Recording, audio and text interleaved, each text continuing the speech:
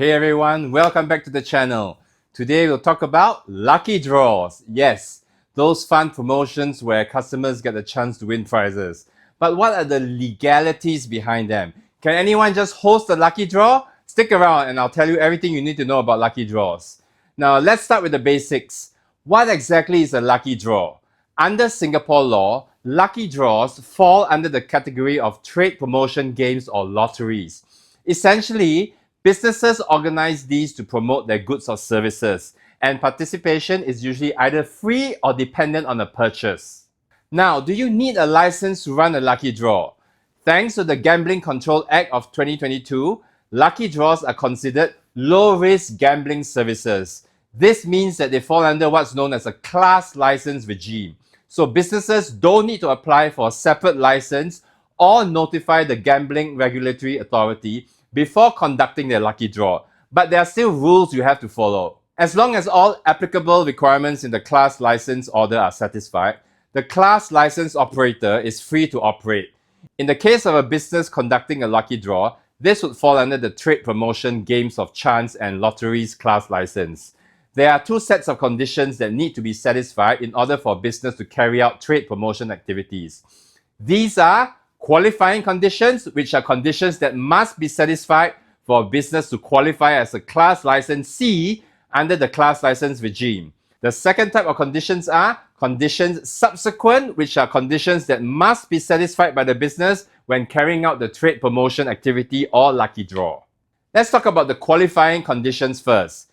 The goods or services promoted by the lucky draw cannot be related to gambling. You cannot charge people just to participate in the lucky draw. Let's move on to the subsequent conditions. These include following important points. Number one, you cannot use gambling-related images like roulette wheels or mahjong tiles. Number two, you must provide material information about the lucky draw, such as how participants will be notified if they win and what prizes are up for grabs. Number three, you also have to notify winners of the lucky draw within 7 days and give them their prizes without delay. Sounds great, but can you run a lucky draw online? Absolutely. There are no restrictions on the mode of operation, meaning you can conduct it in person, at a trade fair, or even remotely on your website. The same rules apply, whether the lucky draw is virtual or physical.